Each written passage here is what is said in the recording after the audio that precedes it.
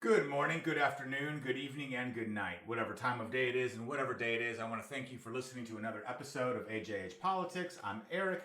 Today is April 29th, 2026, and I'm going to talk about the April 27th Shawnee County Committee meeting. This is part of more or less my campaign for Shawnee County Commissioner.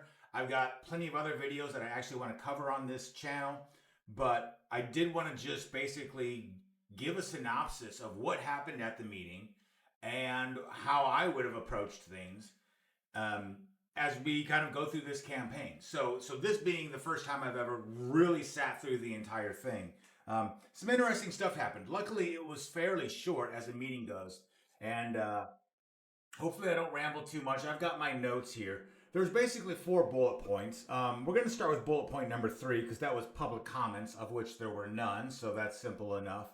The 4th bullet point that came up at the meeting was just some admin time, and basically what was happening is they found out that the tornado sirens at certain locations throughout the county were not working and they needed to get repaired, which is a very good thing to do, especially at the Monday meeting, considering that we had ginormous thunderstorms roll through on Sunday.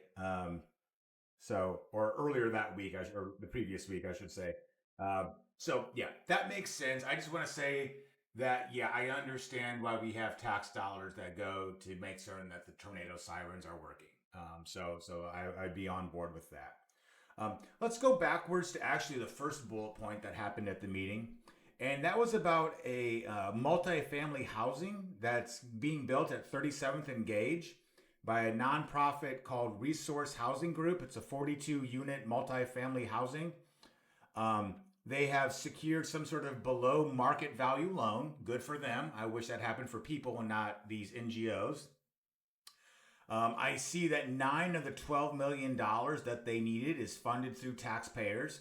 Again, they didn't specify where this tax money was coming from. If it was coming from the county, if it was coming from the city of Topeka, if it was coming from the state, or if it was coming from federal. Now, if someone is spending state, federal, or city taxes, that's just nothing that I have control over as far as this position is concerned. If they're spending county taxes on it, that's when I start to have problems, because more or less my entire campaign is less government, less spending, less taxation, less of everything. But I don't really know where this $9 million came from. So they went through the thing. Basically, the motion carried 3-0. But I don't really know necessarily what the motion was. They mentioned during this conversation that they got the zoning approved already. So I don't know if they were asking for money, if they were asking for, let's just say, the percentage of the 9 million that was coming from the county, even though these other little bits that added up to 9 million were coming from the state, or if the whole 9 million was coming from the county. I literally don't know. It passed though. And what's really frustrating for me is that when people talk about how good this is, and first off, there's a housing crisis. We need more housing. That is a good thing that this is being built. I agree that it is a good thing that it is being built. What upsets me is, one, you have a nonprofit that is taking money from the government. Okay, like I'm not okay with that. If you want to be a nonprofit, you should be raising your money through your fundraising, not by stealing money from somebody else. And 2, right?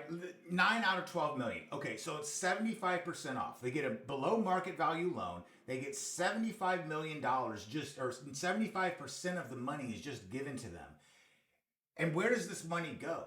It's going to go to the contractor and the people that actually build the apartment complexes. That's where the money is actually going to go. The people that live there, they're going to pay full market value price on this apartment when they rent out the apartment. They're not going to get a discount on this. So when people kind of have their virtue signaling about like how good this is because of the poor people, you're not helping the poor people. The poor people that are going to move in there are going to have to pay full value. And when I think about some of these zoning laws, like in Shawnee County, there is no, I don't think you're allowed to build small or tiny homes, that thing. It's like the government creates problems just to give you a half solution, I should say. And it's just kind of a nice example of like what my libertarian philosophy is of less government is actually better. It will help out more because I think of how much money these people are being taxed. Even if you're renting, you're still paying that property tax in rent to the landlord. And for low income people, uh, if they had the money, just start building up their own wealth and save down for that down payment so that they can get their own home and things like that. I really do believe that it would help out in the long run. I know there's a lot of hand waving going on with that explanation, and I'm doing that kind of on purpose in the sense that I don't want to ramble too much, but I think you get my gist on that. Let's move on to the second bullet point. Now, the second bullet point was actually very interesting in terms of just kind of luck of the draw. What a really good bullet point for me to have. It was basically a report from some administrator, bureaucrat person about basically the finances of the county. So here we go. Now I'm going to post a link to the Shawnee County YouTube channel, and you can follow this stuff. This is for the April 27th meeting, 2026. So if I'm off by some of these numbers, I'm looking at this stuff. They're kind of running through it quickly. They're going through this year, next year, how much has actually been collected in revenue, how much revenue is technically supposed to be collected. There's a lot of numbers getting thrown around and some stuff, and you can look at the PDFs and do that on your own. I'm just going to keep this moving. What I have written down is that their revenue for this year, I have written down 145.5 with 153 mil revenue for next year projected. Last year was 143. This is where things get a little weird. I have the word budget at 115 million. And by the way, which sounds like a good idea in this, well, I mean, it's better than the opposite way, I suppose, that the budget is less than the revenue, because that means you should be able to cut revenue.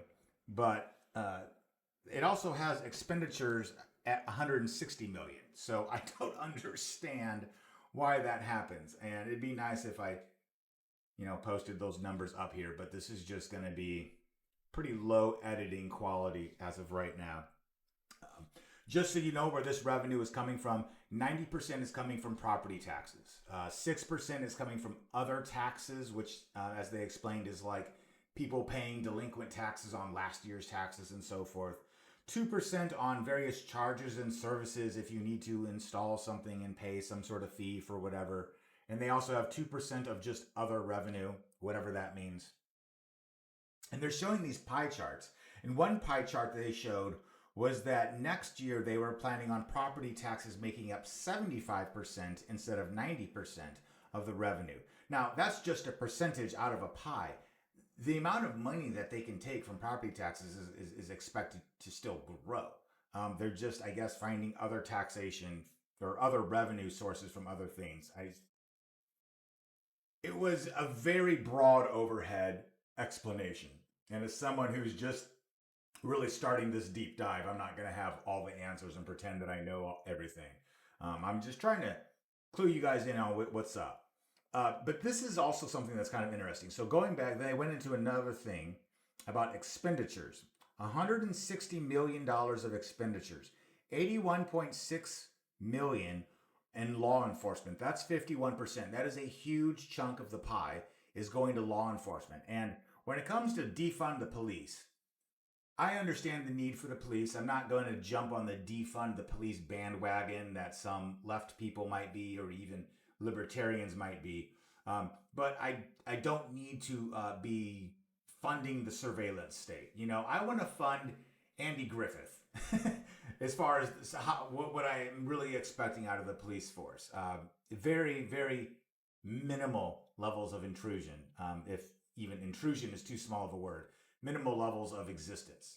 They should be there when you need them, and otherwise they should be basically sitting on a chair just practicing and doing nothing else. We don't need the surveillance state. And it gets into some of the stories that I've heard this past week at the state convention for the Libertarian Party about things that are going on in Wichita. But let's go back to Shawnee County. The vast majority is going to law enforcement. 21 million or 11% to recreation. Um, I get the concept of a swimming pool in the parks. I just, it's really easy to run a swimming pool at somebody else's money. It should be run like a business, you know. Like you should be like, if you wanted to open up a swimming pool and charge people money to come swim there, that's how it should run. It should be either making money or being nonprofit. It should not be costing the taxpayer money um, for this sort of stuff. It's just I don't like it. 14.5 million is 8%, and that's on public works. Uh, I understand the concept of water and drinking it and salt on the roads in the winter. I think public works is a viable thing. It's shocking how low the public works actually is, at least as a percentage. I would have thought it would have been much higher. You got 10.2 million or 7% in public health. I don't know what that means. Is this going to the hospital or something? Because when I think about health and government, and when I think of all of the right wing people I know and how upset they are at certain things that either allow or force on you from the left wing people in health, and I think about all the left wing people I know and the things that upset them about their health choices and what is allowed and what is not allowed when the right wing authoritarians get in charge. If you would just get the government out of healthcare, you wouldn't have these problems. It's just, I feel like a broken record saying it, but somebody's got to wake up to this stuff. 21.3 million is 21%. That is admin. Now, I understand the concept of it is a bureaucratic state. There's got to be a certain bureaucracy associated with government.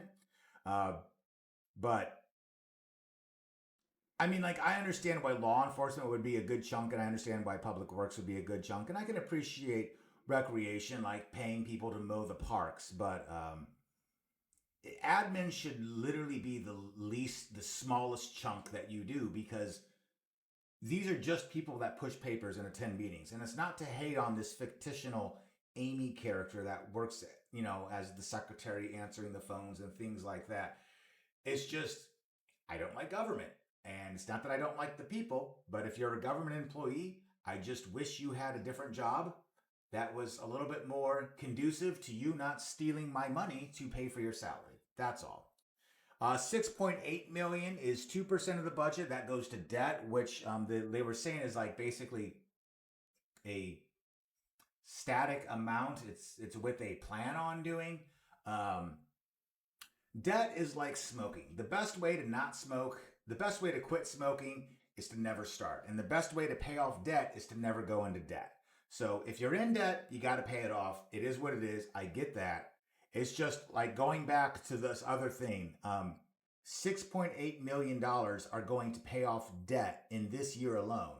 Now, if I was to go back to that bullet point number one, where you've got a $12 million multifamily housing, of which the government is paying $7 million of, or excuse me, $9 million of it, 75%.